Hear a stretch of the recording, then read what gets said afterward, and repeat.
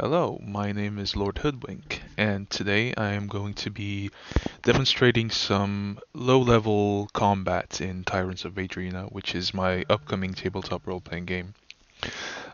First off, I want to apologize for the audio quality in this video because I am using my headset for this one. I'm having some problems with my main microphone, and secondly, I want to reiterate that this game is quite a bit off launch still. So everything you see is subject to change.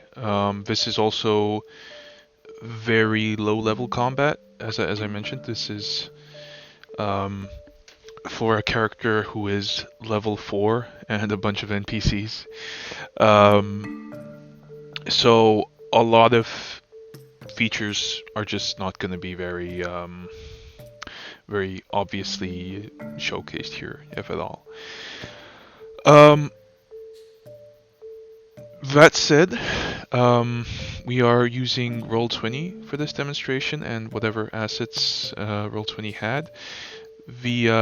Oh, I forgot to do this thing here. The map that you see on the background, this is I made this map in Incarnate, which is a dwarf hut. This might be used as a player home in future. Well, in the game, I'm debating if I'm gonna release some of these maps. You can let me know in the comments if you're interested. Um, One small detail about this map before we get right into the combat is you'll notice the blue fog here, which is something I'm working on in the actual lore in the game. That this fog is kind of what illuminates the caverns and the sort of cities of the dwarves that are built either underground or into mountains. As a kind of thing, and it's also used to power these lanterns here. But that's that's just a little bit of trivia for you. And yes, so if you did not watch my last video, in our last video we made a dwarf scholar named Borish Grongan to demonstrate the character creation in the game, and we are going to be playing as him in this little encounter here. He is flanked by his familiar, who I explained a little bit how the familiar spell worked in the last video. We're gonna assume that we've spent enough time with our familiar to get him to help us in combat, and we also have this raider here, who is actually also,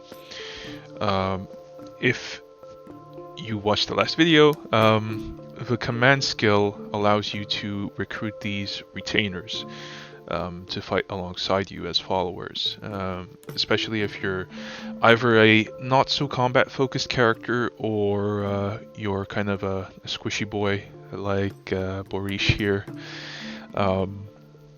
This is a way you can actually play the game in kind of a different an interesting way. We are fighting against a man-at-arms and an archer. These are actually also retainer templates. I don't have too many monsters made yet because that's one of the things that I want to do last when all of the game mechanics are really solidly in place.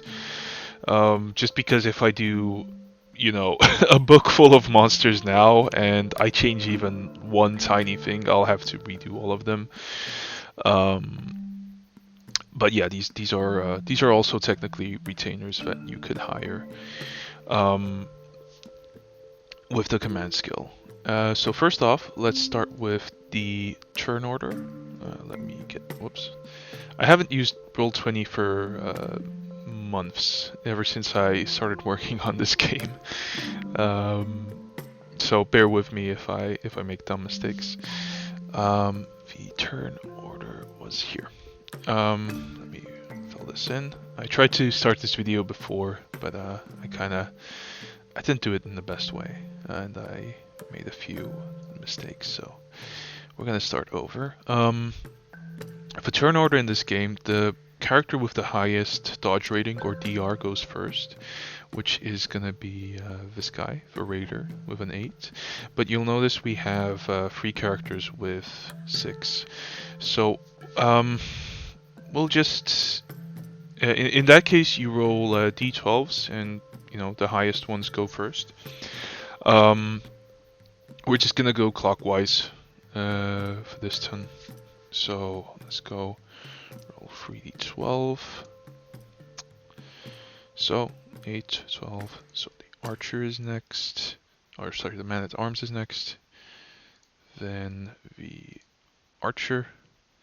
And then our good boy, our familiar. And finally the main character, Borish himself. So we will start with the Raider, and the Raider, I imagine he has a speed of 10, which is 10 yards. The speed is one of those things that I might balance out for the final game, just because this kind of requires really big maps. Which, I don't mind because I like making big maps, but other people might. And I think we are gonna be... We're gonna engage the man-at-arms directly. We're not gonna play super optimally.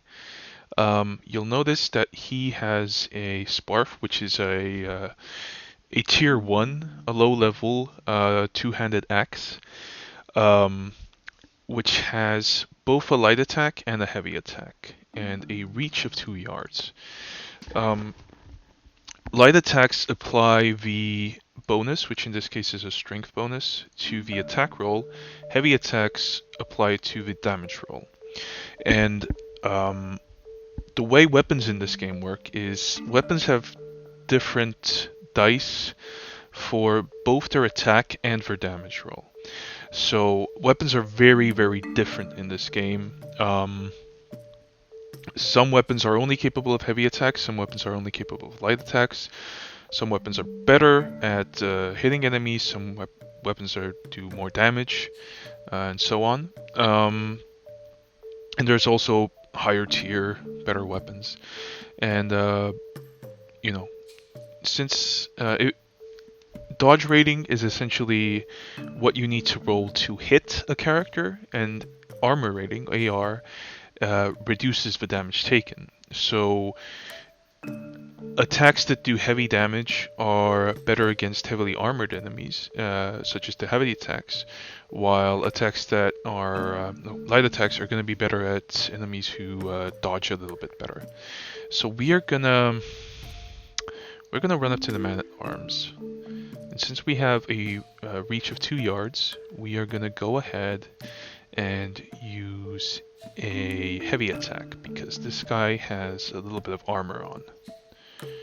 So that will be a 1d10, which misses, because he does have a DR of 6. So he goes next, and he is going to step up, and I'm going to quickly show you. He has a hand axe, which is the same tier of axe, but it's one-handed, because he also has a shield. And as you'll notice, he actually has a d8 for his attack roll. So it does less damage, and it's only got a reach of 1 yard, but it does leave his other hand free for holding a shield or dual wielding, whatever he may wish. So let's go for a light attack, because he has our boy here has a pretty decent DR. 1d8 plus 4. 5. We miss again. We are gonna go to the archer now. Now, what I am thinking is I might maneuver the archer a little bit over here, but that means I am gonna be within range of this raider because he does have a 2-yard reach within melee range of him. And in order to... We are essentially stuck now. We cannot move because we are in melee range of him. So in order to break free of that, we need to do a maneuver, which is just, an ability you can... something you can do beyond your main action. We call that a maneuver, which is going to cost 1 stamina in order to actually step out of that. I noted it down earlier. It was the retreat maneuver. So we're going to move a little bit, and we are going to actually take aim at Borish. Actually, we didn't need to. We can move 1 more. So now we're actually out of his range. And we are gonna go for a light attack.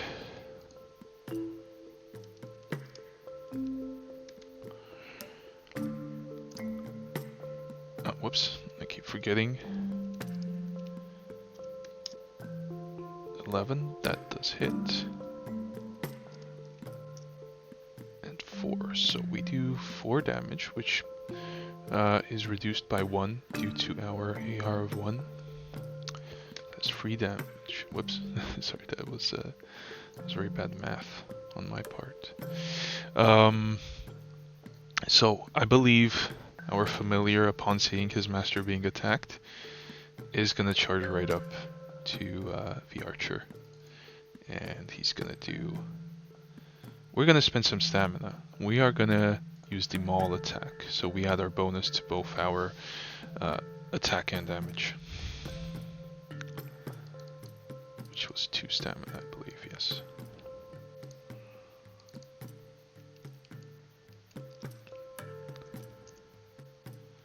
And we miss. So we are back to Borish.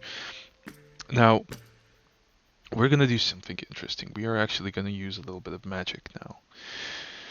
So we are gonna use our burn armor spell on this guy in order to reduce his AR by 2 upon a successful hit. Which is 1d10 plus intelligence as an attack roll. So you have these little abilities to reduce your enemy's AR or DR, or increase stat of your yourself or your party, because every now and then you might actually... So we do hit. It's reduced by 2. Every now and then you might actually face enemies that have AR that is so high that you literally might not be able to damage them, or DR that is so high that you might not be able to hit them. So in that case, you might need to switch to a different weapon, or you might need to play a little bit strategically in order to soften these defenses somehow.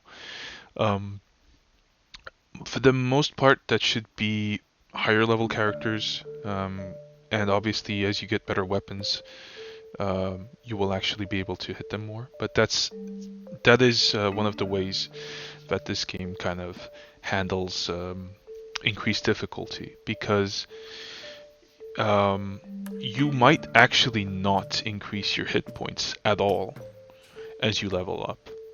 Your hit points are entirely determined by your fortitude stat.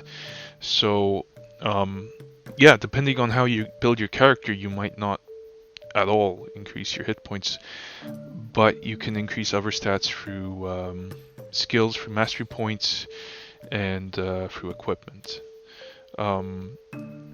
So it's a very kind of grounded world in that sense. You really get your heavily armored knights who are underneath it all. They're just regular people, but you know, when you're a peasant with a pitchfork, you're really gonna have a bad time with them.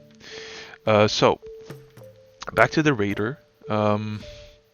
now that his armor rating has been taken down, let's actually try a light attack to give us a little bit of an edge, because we don't have to worry too much about that armor now. It still reduces damage. So 6, that does hit. That is his exact DR.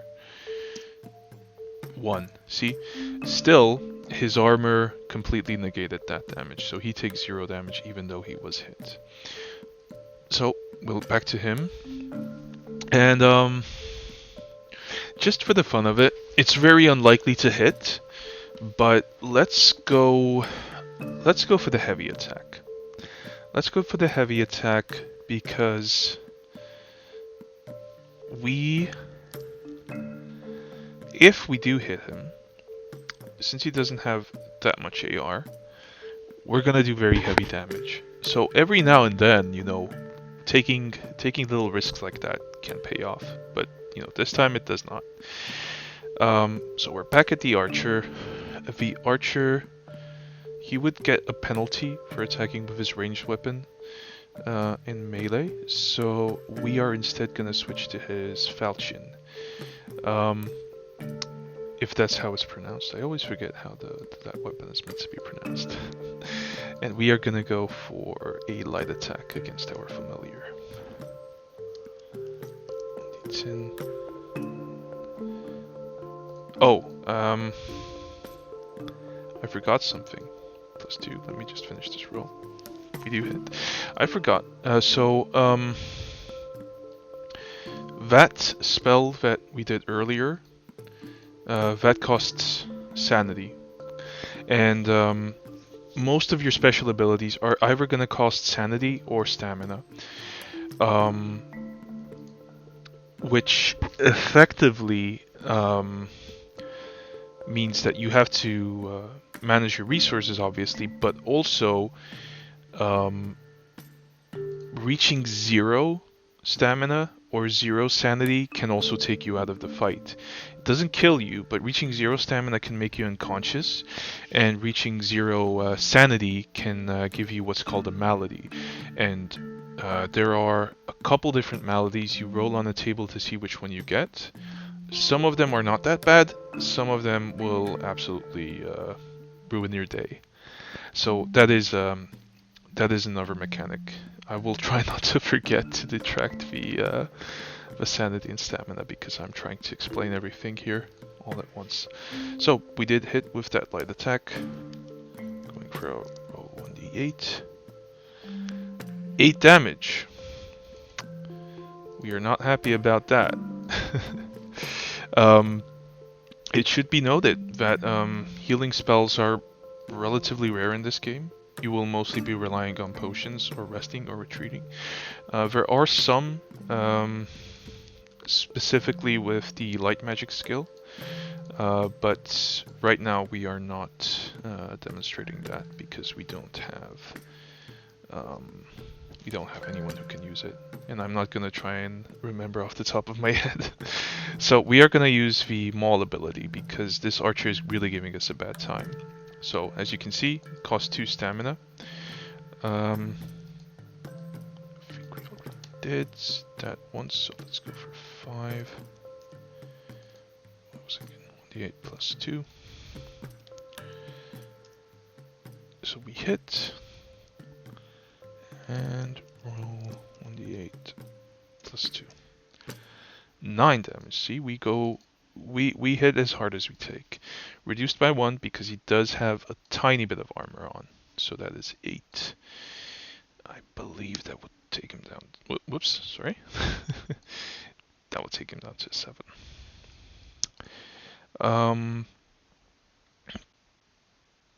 Back to Borish.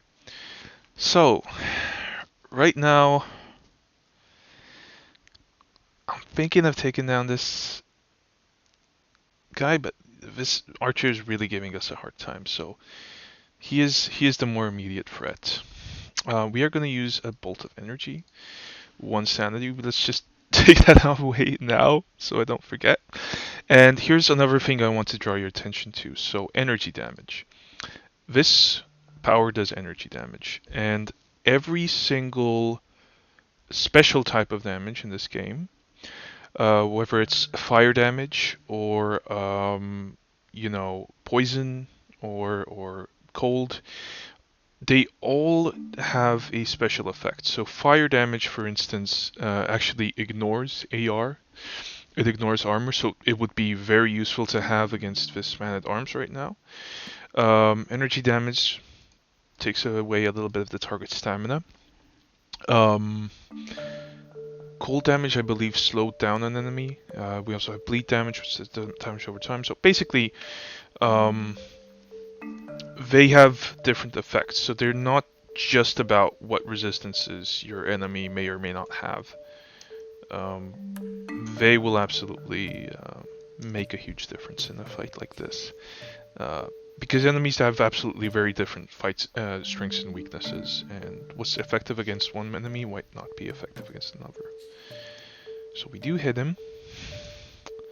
Whoops. What happened there? Wait. Oh, yeah. I did do it right. So, he takes 3 points of stamina damage, but it doesn't really matter because he takes 8 minus 1, so 7 damage now, which means we have killed an archer. And we are very happy about that. Let us go for the raider now. So, I'm thinking we want to take this guy down quick, even though his armor is still reduced for 2 more rounds. So I think we're just gonna go for heavy attacks. Oh, whoops. That's the exact opposite of what I wanted to do. And we miss. So, man at arms is gonna attack our raider again. This time, let's not be dumb. Let's go for a light attack. Because this guy has very good dodge. I believe he had a +4, just, yeah. I was looking at the wrong one. 1d8 plus 4. 7. We miss again. The archer is dead. The familiar is gonna run over. And you know what? I don't wanna. Yeah, we're gonna go for the maul again. And as you'll notice, we are really running low on stamina already.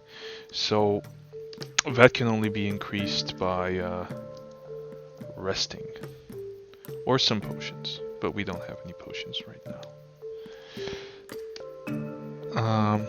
And plus, drinking potions also increases your character's toxicity, which we didn't mark down for this little demonstration here, but even with potions you have to be careful how you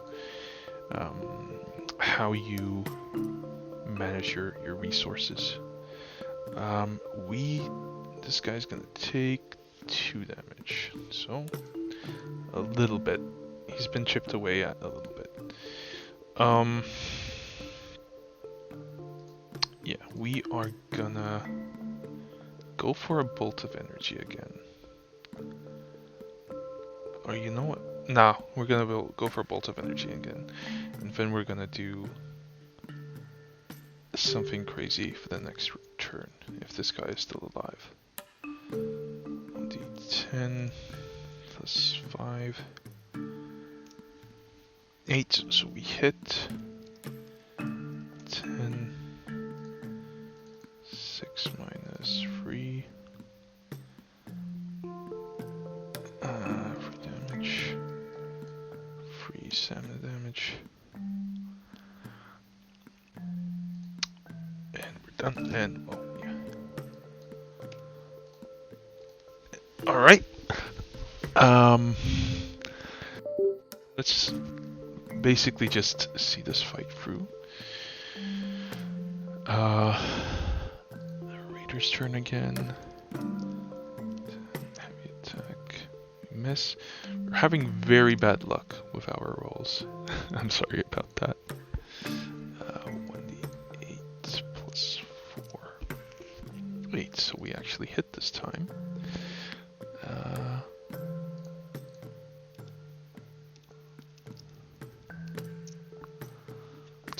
so his armor rating absorbs all of that damage. Um, familiar, we are not gonna maul again because... You know what? Yes, we are.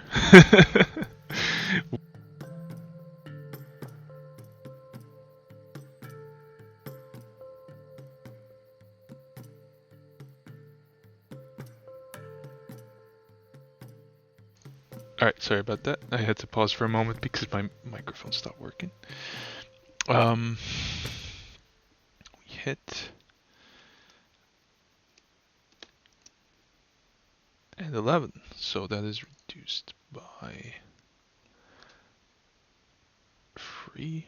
Alright, so that's 8 damage. 12. And I think we have reached a point where his little thing has gone down. So now he's back to 5 armor rating. So now we have to ask ourselves, do we burn his armor again? I think we are. We are gonna really try and take away this massive advantage he has with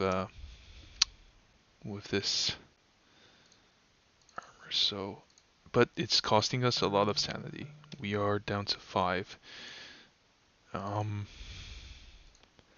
Our mental health is suffering greatly. So now he is back to free AR.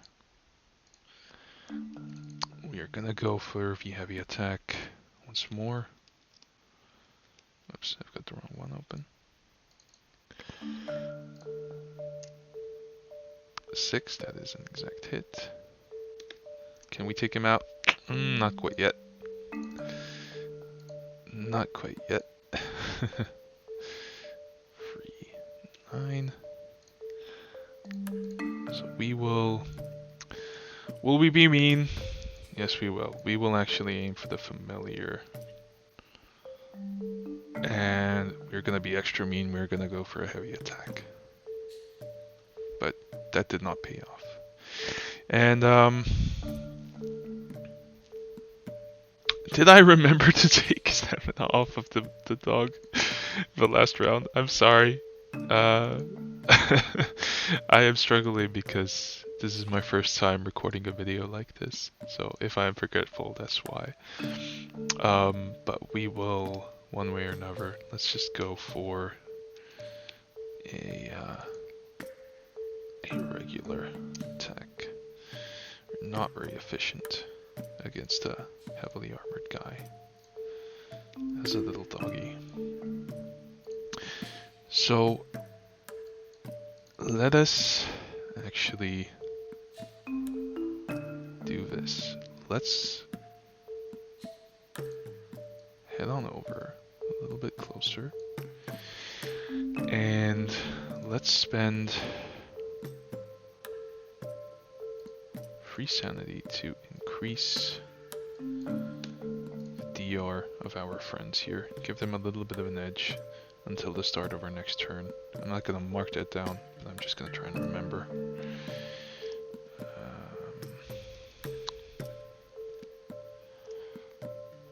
10. Perfect hit. I have not yet figured out how I'm going to do criticals, if at all. My initial plan was not to do them at all. Mainly because you'll have weapons that have really low dice, and those are just statistically gonna crit all of the time. But, you know, it feels like such an essential part of a game like this, especially when you're facing these enemies that you actually can't hit, that I want to figure something out. But, you know, if you have any suggestions, leave them in the comments, because as I said, this game is very much still a work in progress. And that is 8. That is foul. We are leaving this guy at only 3 damage when accounting for armor. Only 3 health left, rather, when accounting for armor. Let's see if this mean man can take down our doggo. Plus 4. 10. Whoops. 10. And he does our familiar. He doesn't die because he's not really alive, but he poops out of existence.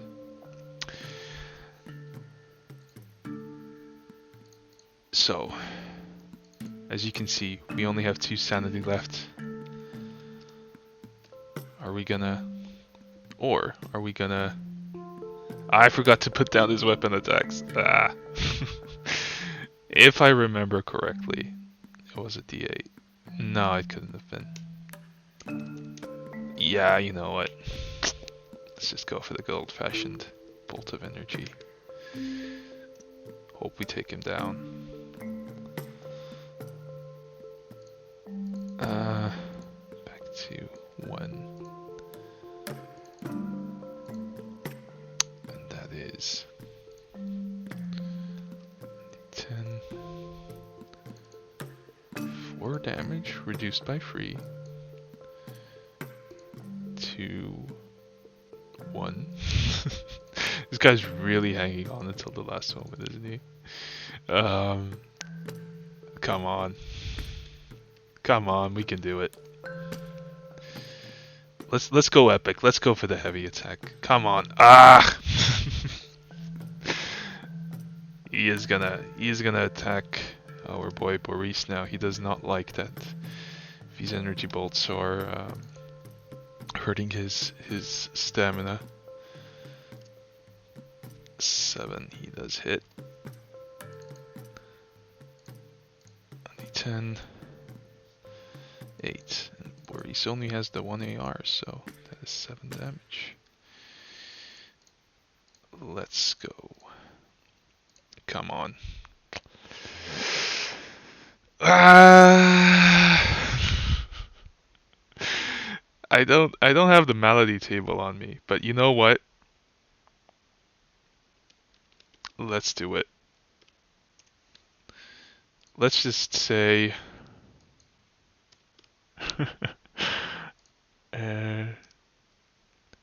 Boris sacrificing his own sanity.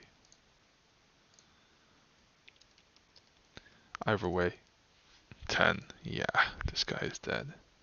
So, we won the encounter, but at what cost? Boris, unfortunately, is no longer doing well. What's the good insanity sign? I guess this little eye, maybe. This one. So that was a little demonstration of the combat in Tyrants of Vaedrena. Again, it's very work in progress. Sorry for the little mistakes I made counting this the stats and the core attributes, but I hope you liked it.